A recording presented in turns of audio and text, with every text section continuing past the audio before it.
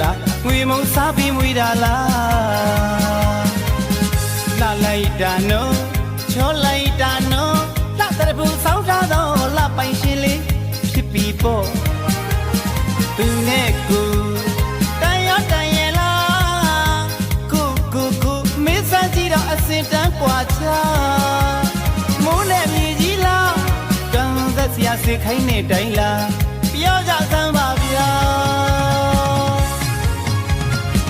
မမီတဲ့ပန်းတဝင်းကိုဒုက္ခလို့လည်းရပါ